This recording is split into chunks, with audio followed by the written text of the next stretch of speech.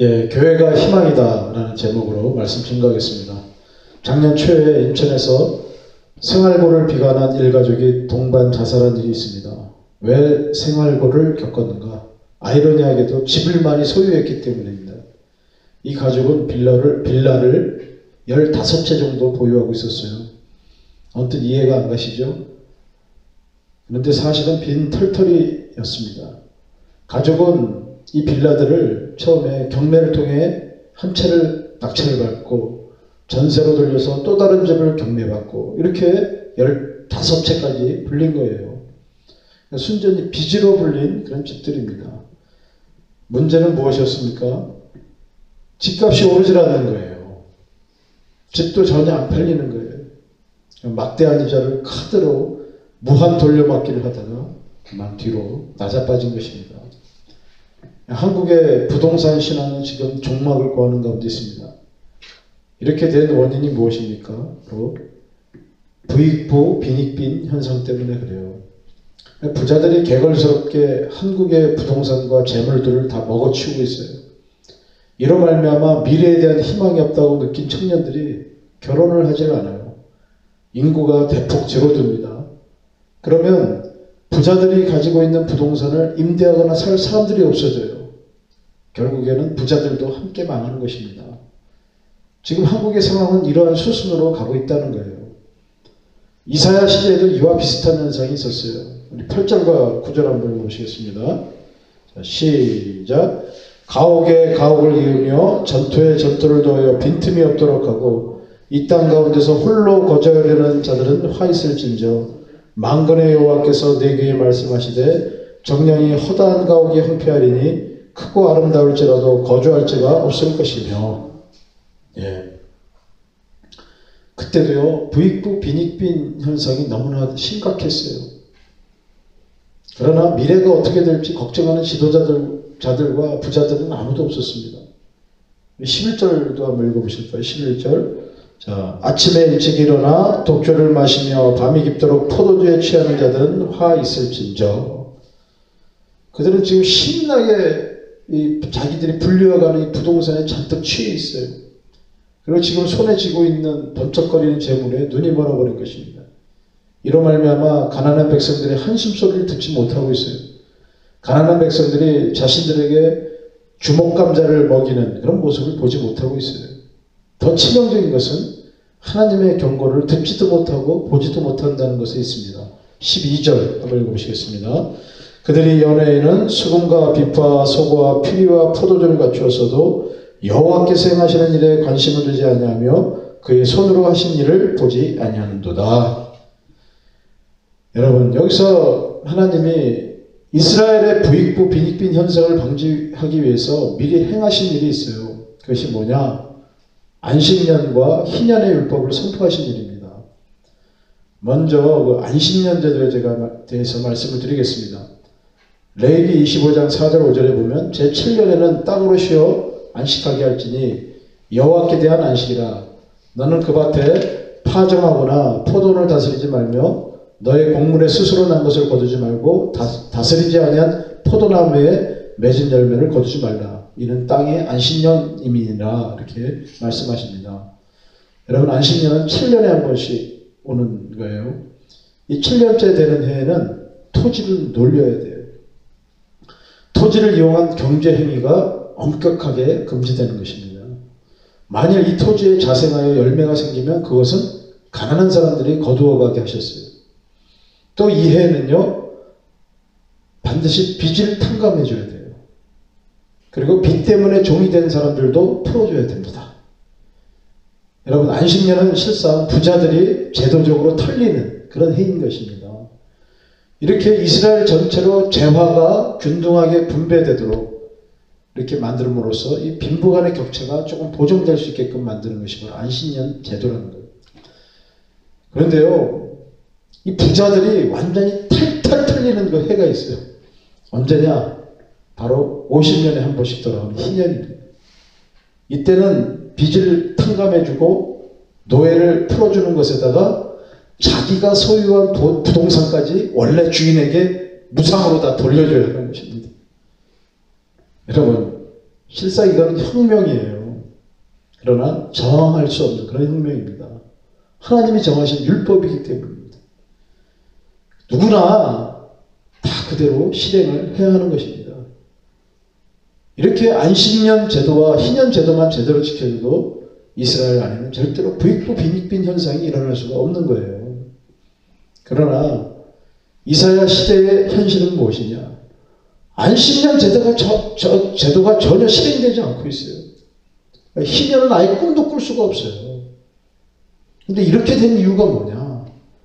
일단 종교인들이요, 욕심꾸러기 지도자들과 부자들과 결탁을 하고 있어요.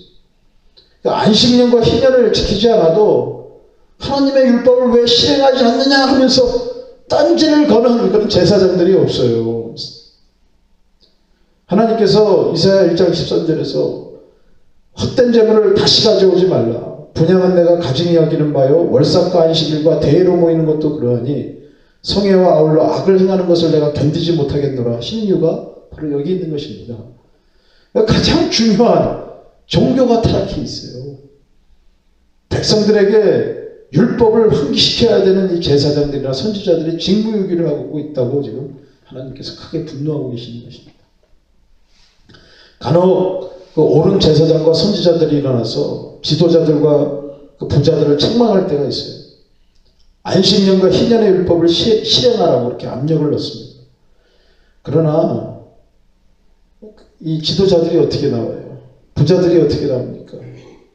나는 여호와를 믿지 않노라 하고 성전에 나오는 발길을 끊어버려요. 그러니까 우상을 숭배하는 그 신당으로 가서 거기서 복을 달라고 재물을 바치고 비는 것입니다. 부자들이 이렇게 발길을 끊으니까 여호와의 성전에서는 난리가 나요. 일단 수입이 엄청나게 줄어들잖아요. 이때 회유파 제사장들이 나섭니다. 부랴부랴 부자들을 찾아와서 안식년이나 희년 얘기는 다시는 안 할 테니까 이 여호와의 성전에 다시 출입을 하라고 이렇게 말을 하는 것입니다. 여러분, 세월이 가면 갈수록 이스라엘과 유다의 우상 숭배가 더 심화되는 것은 결국은 기득권과 부동산을 내려놓지 않으려는 그 지도자들과 이 부자들의 욕심 때문에 희년과 안식년의 그 율법을 지키기를 싫어하는 그 욕심, 그리고 그들과 결탁하여 꿀먹은 벙어리가 된 그 종교인들 때문에 그렇게 됐다는 것입니다. 여러분, 이 종교인들은요, 물질과 관련한 율법은요, 철저히 사문화시켜버리는 거예요. 그래서 이에 절망한 가난한 백성들은 덩달아 여호와 신앙을 버리고 우상 숭배에 몰입하게 되는 거예요. 이렇게 해서 부자나 가난한 자나 모두가 우상 숭배를 하게 되는 것입니다.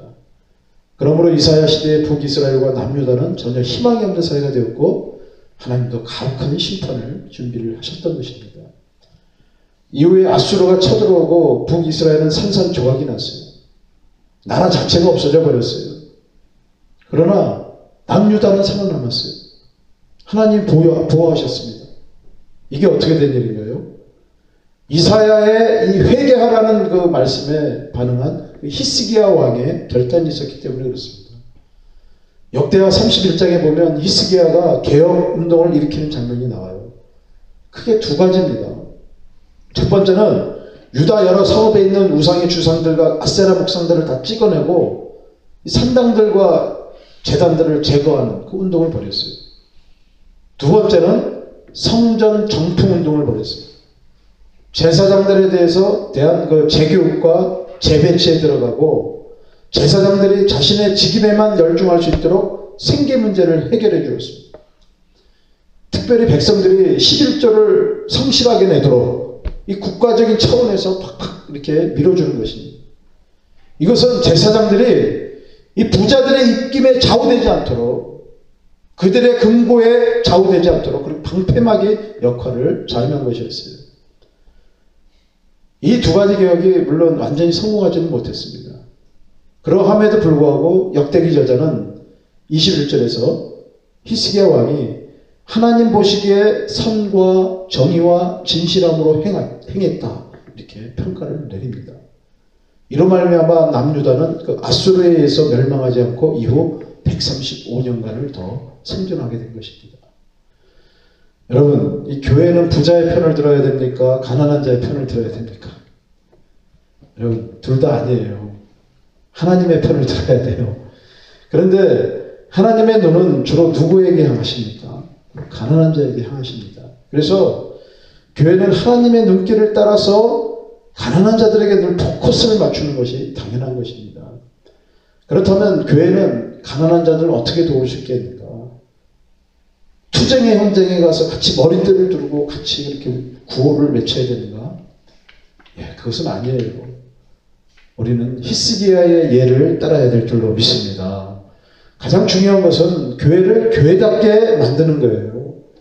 교회에서 예배다운 예배가 드려지게 이렇게 만들어야 된다는 것입니다. 부자나 가난한 자나 그 말씀에 정말 녹아지고 진실로 회개할 수 있도록 그렇게 모든 분위기를 만들어가야 된다는 거예요. 세례요한이 회개하라 외칠 때 수많은 사람들이 나왔어요. 거기에는 지도자들과 부자들도 있었습니다. 세례요한은 그들에게 독사의 자식들아 하고 욕설을 내뱉습니다. 그러나 그들에게도 물세례를 베풀어 주었어요. 교회의 중요한 사명은 죄인들을 정죄하는 것이 아니라 회개시키는 것입니다. 다시 죄인들에게 기회를 주는 거예요. 세례요한은 그들을 깨끗하게 만든 뒤 이 세리에게는 뭐라고 그래요? 부가한 것 외에는 거두지 말라고 그렇게 얘기를 하고, 군인에게는 강탈하지 말고 거짓 고발하지 말고 받는 급료에만 만족하라고 그렇게 말을 합니다. 또 예수님은 부자 청년에게 내 재산을 가난한 자들에게 다 나눠주라 이렇게 말씀합니다. 그러나 말을 안 듣죠. 예, 많은 사람들이 말을 듣지 않아요. 그러나 그 중에서도 말을 듣는 사람들이 있어요. 바로 삭개오 같은 사람이에요. 삭개오는 예수님께 은혜 받고 나서 뭐라고 해요? 재산의 반을 가난한 자들에게 나눠주겠습니다. 여러분, 이렇게 자발적으로 나눌 수 있도록 변화시키는 것이 바로 교회가 할 일인 줄로 여러분이 깨닫기를 바랍니다. 예, 여러분, 이 교회에서는요, 부자들이 떠나가는 경우가 있습니다. 이게 왜 떠나가느냐? 바른 말씀이 전달되지 않는다, 선포되지 않는다 해서 떠나가는 부자들은 한 명도 없습니다. 다 대접을 안 해줘서 자기들 기대치에 맞는 그런 대접을 안 해주는 경우 이렇게 부자들이 떠나가는 경우가 많이 있어요. 근데 떠나가기 전에 교회를 흔들고 또 목사를 흔들고 하는 그런 파워게임을 벌이는 경우가 있습니다. 그래도 꿈쩍 안 하면은, 그래도 대접을 안 해주면 그 사람들은 교회를 떠나가는 경우가 많아요. 근데 이런 사람들이 어떤 부자들이냐? 바로 성령을 받지 못한, 성령이 없는 그런 부자들이라는 거예요. 그런데 여기서 교회가 교회다워졌다는 것이 드러나는 그런 행위가 뭐냐? 바로 그 사람들을 잡지 않는 거예요. 아까도 말씀드렸죠. 이사야 시대에는 성전을 떠나겠다는 부자들을 아주 필사적으로 붙잡았습니다. 그들의 비위를 맞추었어요.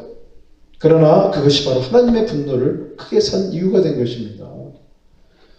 물론 부자들이 떠나가면 교회 살림은 굉장히 어려워져요. 그러나 그렇게 렘넌트만 남아도 좋습니다. 이제는 하나님께서 교회를 책임져 주시는 줄로 믿으시기를 바랍니다. 보잘것없는 렘넌트를 일으키셔 새로운 부흥의 그런 주역으로 만들어 주시는 줄로 믿습니다. 그 렘넌트들을 유능하게 하시고 지혜롭게 만들어서 유력자와 성공자가 되게 하시어 다시금 교회를 든든하게 세워가시는 그런 역사가 있는 줄로 믿습니다. 교회는 렘넌트, 곧 짜투리천들을 하나님의 뜻 안에서 인생 역전으로 이끌어가는 그런 희망 저장소인 것입니다. 저와 여러분도 인생의 역전을 통해서 하나님께 영광을 돌리는 그런 기적과 희망의 주인공이 되시기를 주의 이름으로 축원합니다. 우리 기도하겠습니다.